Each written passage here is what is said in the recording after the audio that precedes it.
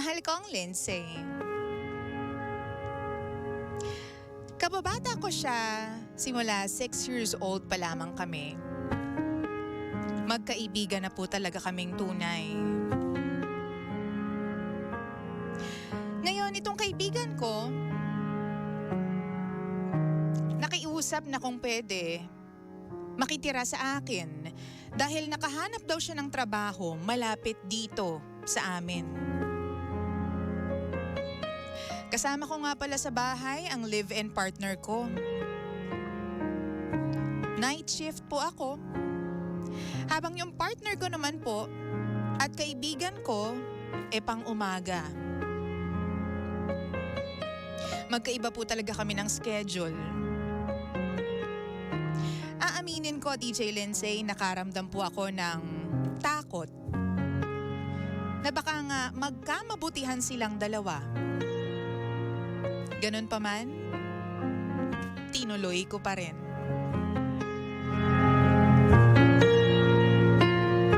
Umuwi ako isang beses ng umaga. Nakita ko sila. Sabay silang nanonood ng movie ng magkatabi. Binaliwala ko yun. Sinabi ko pa nga sa sarili ko na dapat lang magkasundo sila. Kasi pareho ko silang pinagkakatiwalaan. Pero isang beses pa, naabutan ko rin sila na nasa kwarto. Ang sabi lang sa akin ng girlfriend ko, may hiniram lang daw yung kaibigan ko na damit. Kaya siya nandun sa loob. Alam mo, lahat ng mga nakikita ko, hindi ko pinansin. Dahil sabi ko nga, may tiwala ako sa kanila. At pagod ako sa trabaho. Mga ilang buwan po ang nakalipas, DJ Lindsay, napapansin ko na parang may nagbabago sa katawan ng girlfriend ko. Napapansin ko na lumalaki yung kanyang balakang. So naisip ko, buntis ba siya? Tapos naalala ko, ilang buwan na kaming walang ganap. Dahil hindi naman nagpapang-abot yung schedule namin. Hindi kami nagkikita sa oras. At isa pa, palagi akong pagod at walang gana. Kaya naman araw-araw ko tinitingnan kung lumalaki nga ba yung kanyang balakang at yung kanyang tiyan. Halata naman din na tinatago niya, tinatakpan niya. Hanggang hindi na ako nakapagpigil isang beses. Diniretsa ko na siya.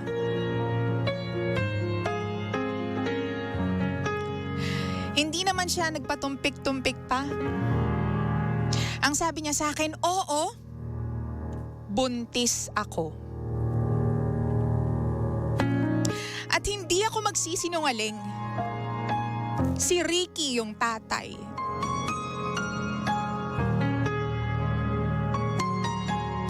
Alam mo, DJ Lindsay, na parang hindi siya kumurap nung sinabi niya sa akin yun. Malakas pa yung loob niya. Habang ako, hinang-hina ako sa narinig ko. Hindi ko alam kung nung isasagot ko nung oras na yun eh. Alam mo yung pakiramdam na binigyan mo ng magandang matitirahan yung kaibigan mo. Ako yung gumagastos sa pagkain nilang dalawa. Minsan, binibigyan ko pa siya ng panggas para sa motor niya dahil wala siyang pera. Tapos ito yung igaganti niya sa akin.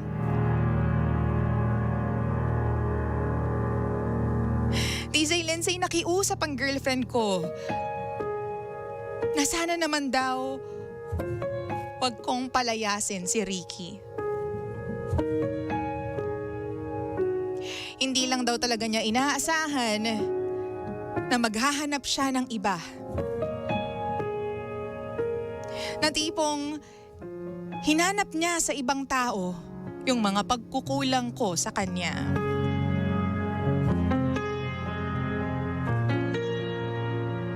Kung tutuusin daw, kasalanan ko raw. Kasi araw-araw, hinahanap niya ako, pero puro ako trabaho. At lahat ng pagkukulang ko, binigay ni Ricky.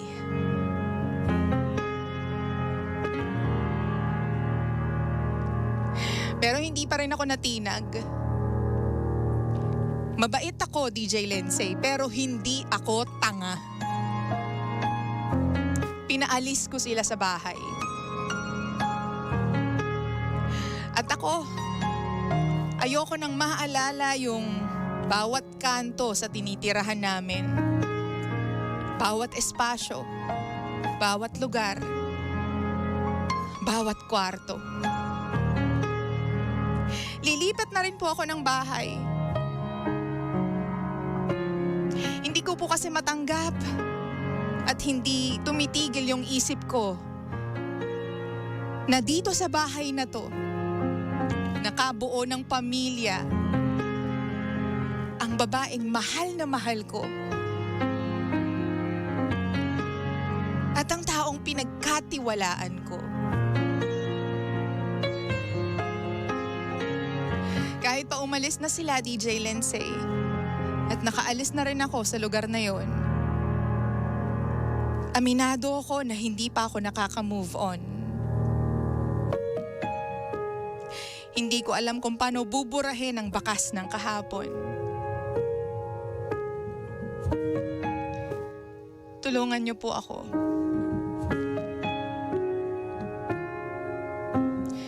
Ako nga po pala si Gary. At ito ang lihim ng aking liham.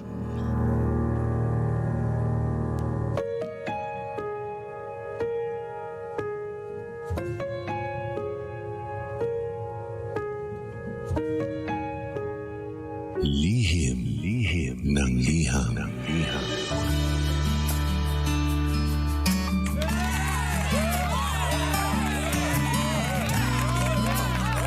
Pagka-oras natin sa Bangkabloan, check your time. 18 Cambots. Makaraan pang alas 9 ng umaga. 9:18 on the clock. Oo, nakakaloka. Anong nangyari sa ating dalawa? Tinuka ka ng kaibigan kong bagong salta. Nakakaloka, no? Alam mo yung kaibigan mo na pinagkatiwalaan mo, akala ko sa mga movie lang to nagpapakita, yung mga ganyang sitwasyon.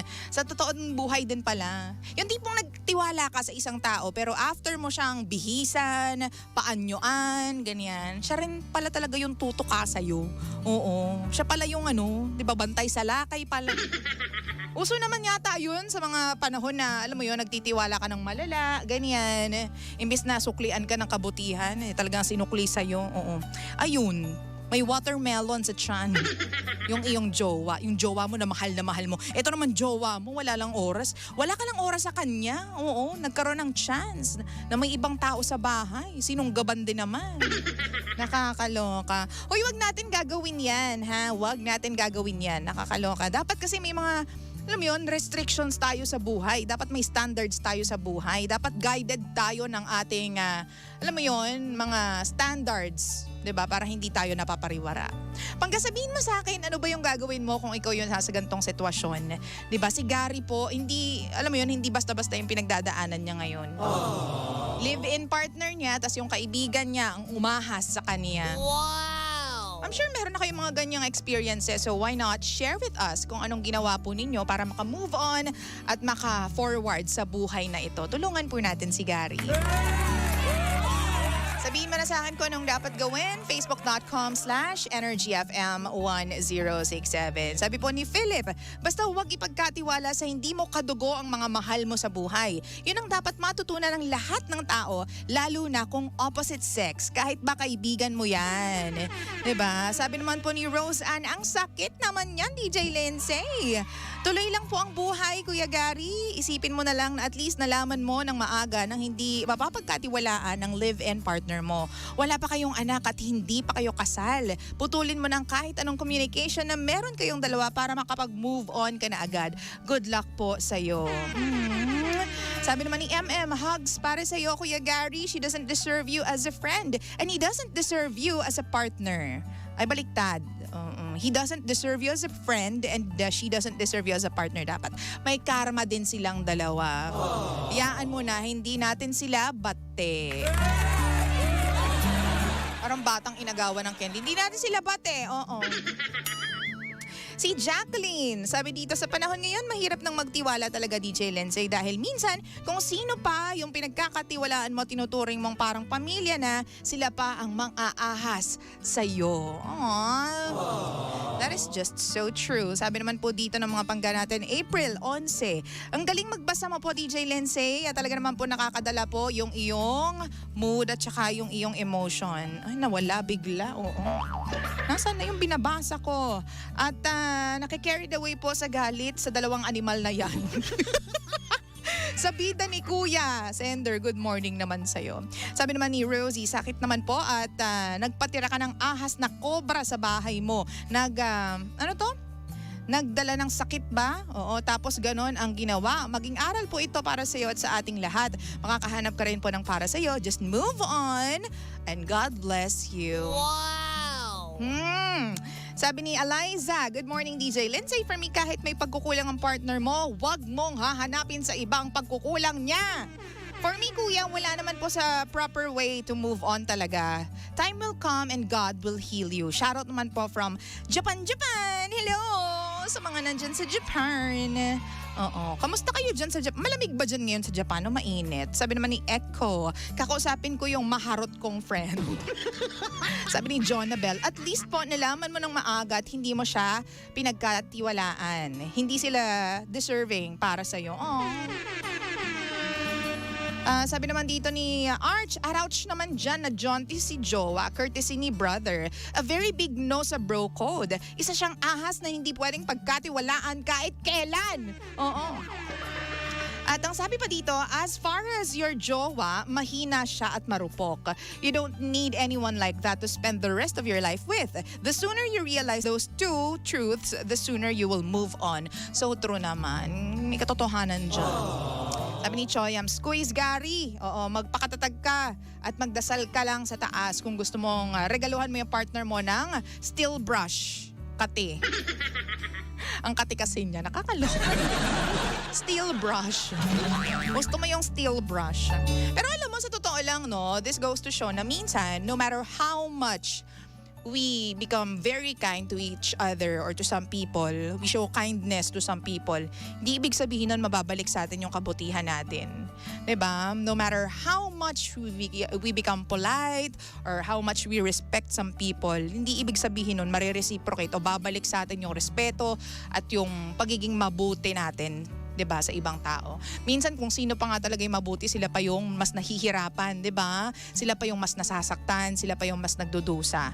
Only because naniniwala ako na may mga ginagawa kasi tayo na hindi na tama para sa atin. At kailangan natin pagdaanan yung mga bagay na yun para ma-realize natin na mali pala tong bagay na to. Tagal-tagal ko na siyang kasama eh. Ngayon ko lang nalaman. Kasi ang dami na ring signs nung unang panahon. Hindi mo lang siguro napapansin kasi blinded ka ng pagmamahal mo sa tao na to. Diba? Minsan kailangan pang may turning point, 'di ba? Para ma-realize natin na hindi pala siya para sa akin. At sad to say, no, nakakalungkot lang na kailangan pang maging tool ng kaibigan mo para ipa-realize sa iyo ng universe na hindi siya yung babae na para sa iyo. Diba? And sasabihin ko sana parang taxi cab theory lang eh, 'di ba? Inayos mo yung lalaki, inayos mo yung girlfriend mo. Tapos, only to find out na in the end, hindi pala ikaw ang tatay ng anak niya.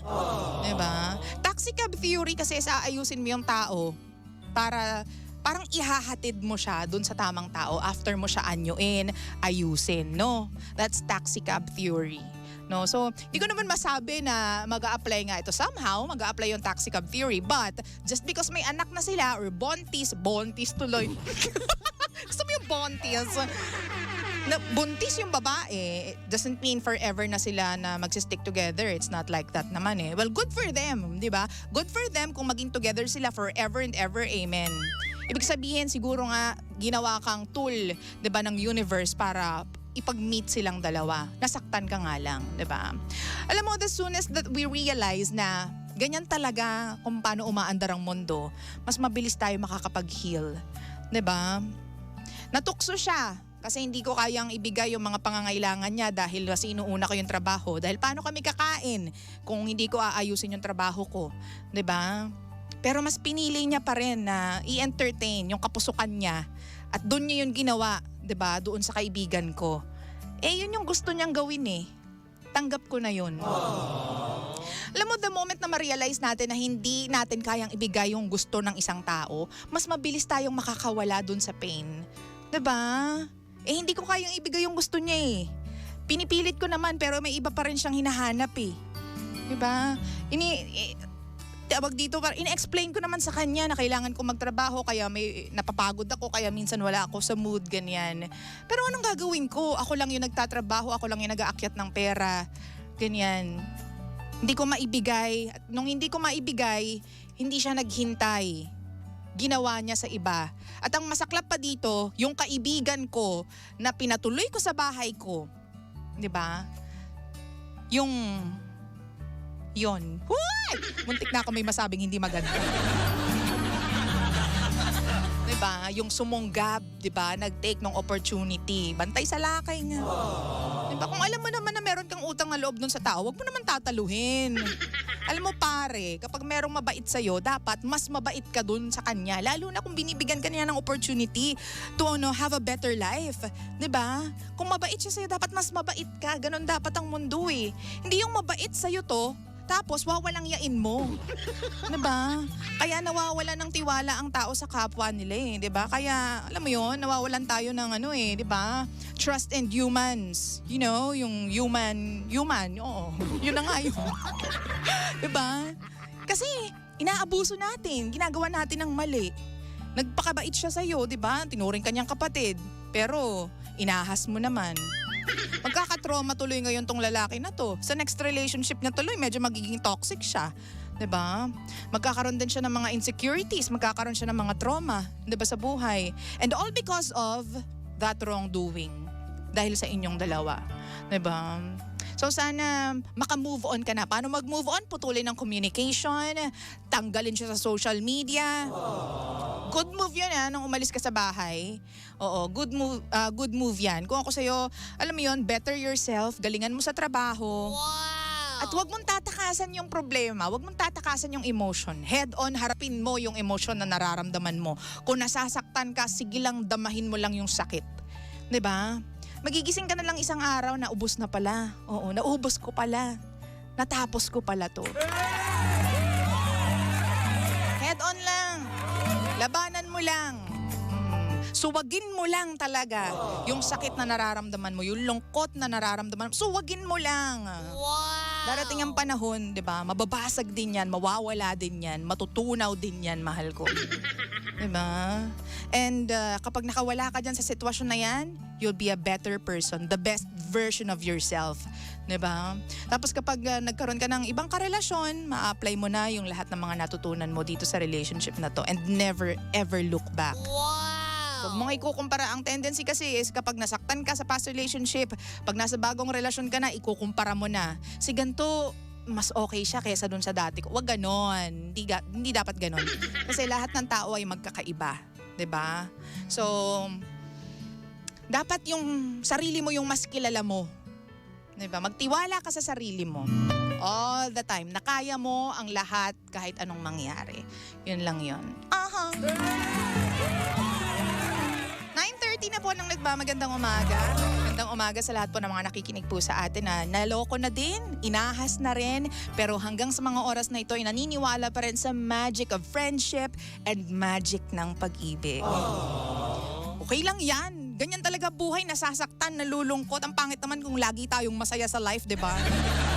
Hindi mo kasi ma-appreciate, promise, listen to me, hindi mo ma-appreciate ang saya ng buhay kung lagi ka lang masaya. 'Di ba? Hindi mo ma-appreciate yung life in general, 'di ba? Kung hindi mo dadaanan yung maraming emosyon or maraming reaksyon or maraming stages ng life, yung challenges, kailangan 'yan sa buhay. Yung heartbreak, kailangan 'yan sa buhay. Yung maloko ka ng girlfriend mo o ng live-in partner mo, kailangan 'yan sa buhay. Yung itakwil ka ng kaibigan mo o talaga naman traidorin ka ng kaibigan mo, minsan kailangan 'yan sa buhay para ma-realize mo kung ano ang worth mo. Kung ano yung ayaw mo sa mga tao. Once you realize what you do not like about a person or about a situation, dapat talikuran mo na yan. Talikuran mo na sila totally. Respeto sa sarili naman ang tawag doon. Dapat i-honor mo ang sarili mo. 9:31 na po nang nagmamagandang umaga. Mahal ko pang Bibi ko. Gary, this one is for you. Sana makamove on ka na. Ding Dong Avanzado with the song Paalam Na. Say goodbye to all the pain and to that person who broke your heart. Nais